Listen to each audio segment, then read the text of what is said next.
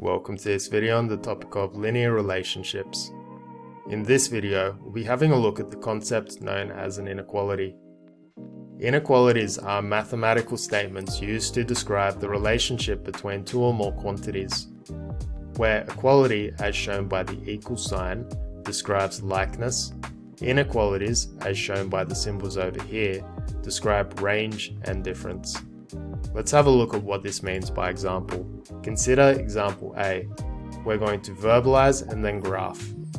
What we have over here is an equation. We know this is an equation because it's got the equal sign. And as such, we would hope that we know that we describe this as x is equal to 3. Now visualizing what this would look like, we draw a number line. And this particular number line is going to have the bare minimum amount of features on it. The reason for that is we want to keep this simple. So in this case, in the very center, I'm going to write 3, and then flanking 3, 4, and 2. And then to finish it off, what I'm going to say is this number line belongs to x. Now graphing the relationship we have here, x is equal to 3. Well, what I'm going to do is I'm going to draw a circle, and then I'm going to fill it in. And what this graph represents over here is that x has a value of 3. So whenever we see x, it's got a measure of 3 associated with it. So this is equations, nice and simple stuff that we're already familiar with. Now let's have a look at how we can transfer this knowledge here and apply it to symbols that we're not so familiar with. Over in B here we have a Z and a 2, and then we've got this strange symbol here. This symbol represents that we're working with an inequality as shown by the symbols up here. Now what this symbol means is that Z is greater than or equal to 2. So it's saying that Z takes on a value of 2, as well as taking on a value of anything greater than 2. So that could be anything of the likes of, say, let's say 3, it could be 3.5, it could be 1,000, it could be up to positive infinity. It is anything that happens to be greater than or equal to 2. Now visualizing what this looks like on a number line, what we're going to do is we're going to draw up another number line using the bare minimum features, of course. And now it's time to graph this thing. So this is a greater than or equal to. What we do is we do it similar to our equals to symbol. So we draw a circle, we fill it in, and then what we're going to do is we're going to draw an arrow in the direction of our inequality symbol here. And what this represents is that Z is equal to 2, shown by the shaded in circle, and it's also inclusive of all of the numbers that are larger than 2. So that's our symbol here. Alright, C. We have P, this symbol over here, and a -4. What this symbol means is less than. So verbalizing this, we would say P is less than -4. Showing what this would look like on a graph, we draw another number line. We put numbers that are greater and less than the 4 on either side of the 4, and we label the number line P. Now showing what this relationship would look like, we start off with a circle again, and this time we're going to leave it non-shaded. However, what we will do, similar to Z is greater than or equal to 2, is we're going to draw an arrow in the direction of our inequality. So it looks something like that. So what we have over here is a graph that represents that P is less than -4. So it takes on all values that are less than -4. It doesn't equal -4, it's less than -4. So it can be -5, -5.5, -1001, but it's not equal to -4. Alright, 3 more examples. We have W, -8, and then we've got this symbol here. It's similar to the less than symbol, however, it's got this little notch underneath. What this means is that W is less than or equal to -8. Visualizing this on a graph, we draw up our number line with the bare minimum features yet again. and this graph belongs to W. Putting our markers on this, we start off with a circle above the -8, and because it's less than or equal to, we shade this in. And then we draw an arrow that points in the direction of the inequality, just like that.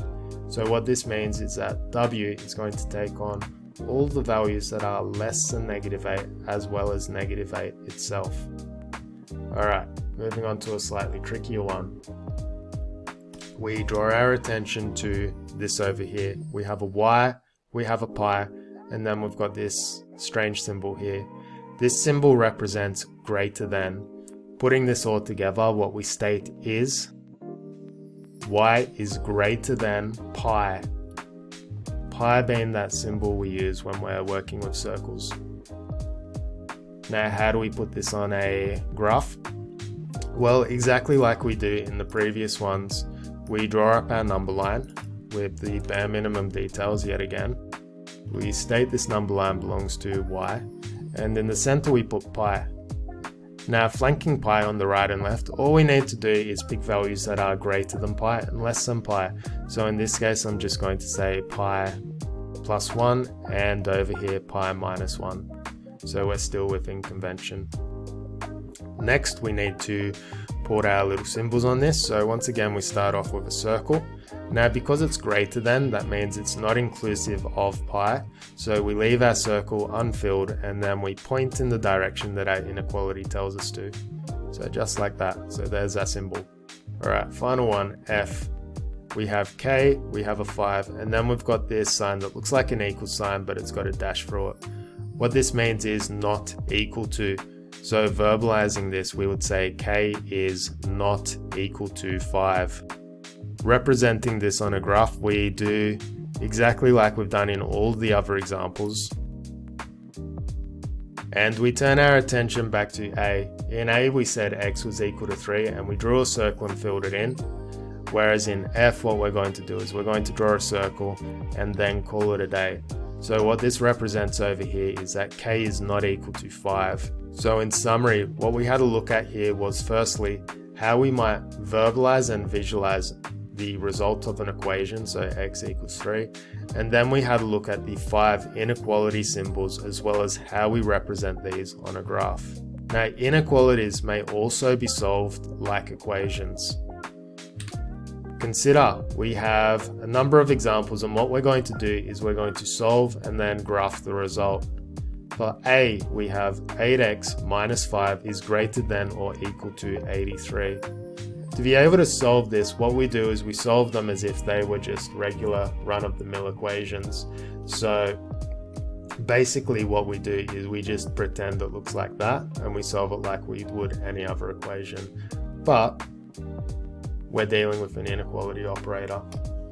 So what we're going to do is we'll just go through a few examples, and I'll show you some nuances when it's with an inequality.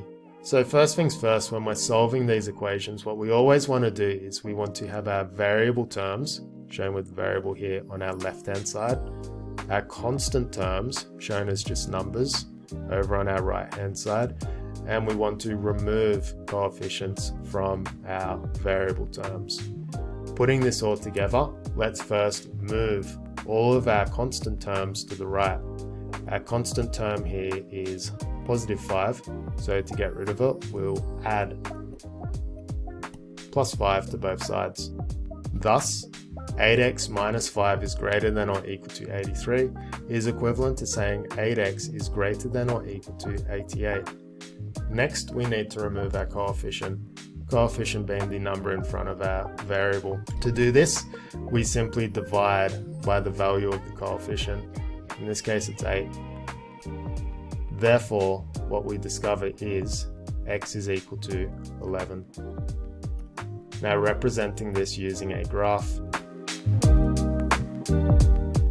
My graph shown over here has the same equivalence as the first line up here. So this is how we solve an inequality, just like we do an equation.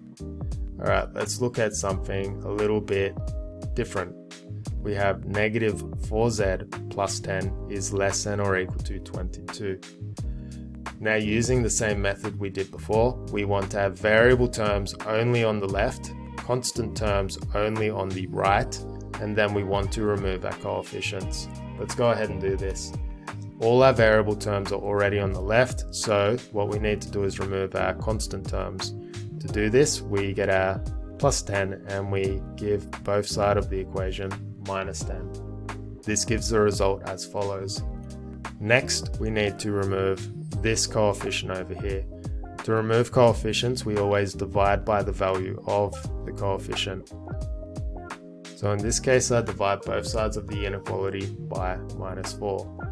This will yield, and it's at this point where we encounter our first nuance of the inequality.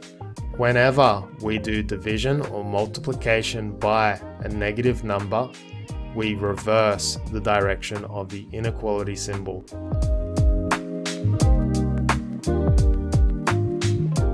So in summary, what we discover is that negative 4z plus 10 is less than or equal to 22 is the equivalent of saying z is greater than or equal to negative 3.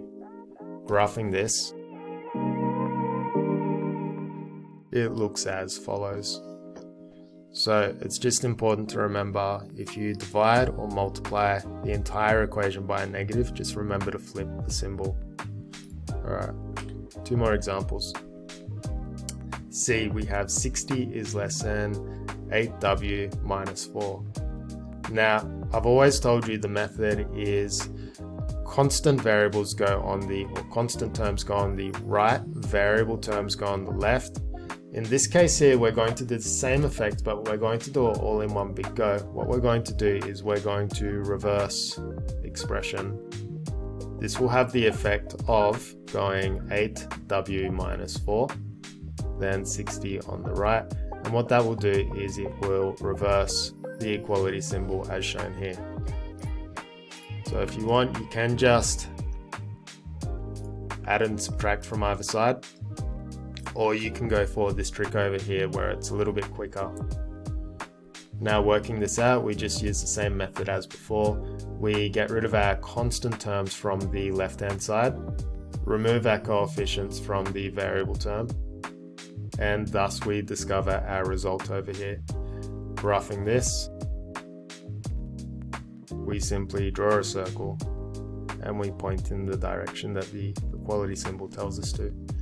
So that's how we would solve this example. Note being that if we reverse both of our expressions on either side of the equality symbol, we simply reverse the direction the equality symbol points in. Okay, final one, we have 6 over 3 plus y is greater than 3. So this inequality here is trickier than any equation you would have seen up until this point. Now the way in which we can do this is, notice our variables are in the denominator. What we can do is we can invert the expressions. What this will look like is upstairs goes downstairs and downstairs goes upstairs.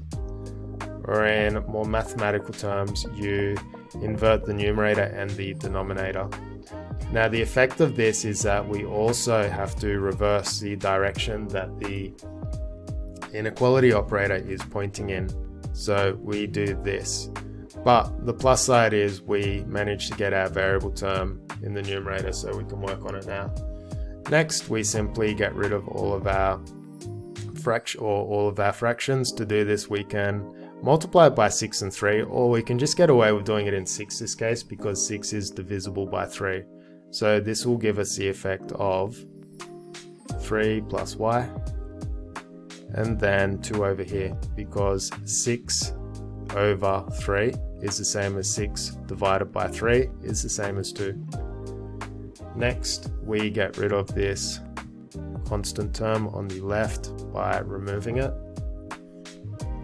and thus what we discover is that y is less than minus 1. Graphing this, we draw our little circle and we point out to the left. And thus what we have done is we have solved this inequality as well as representing the result in its graphical form over here. So in summary, what we had to look at in this lesson was, firstly, we had to look at what inequalities are, we looked at the various symbols and how to verbalize and graph them. And then to finish off, we looked at 4 examples of how we can solve inequalities that are presented in this form, noting that we have to reverse the symbol when we multiply the equations or multiply and divide by negatives. We have to reverse when we simply flip the expressions about, and we have to reverse the symbol when we do an inversion operation on like shown over here.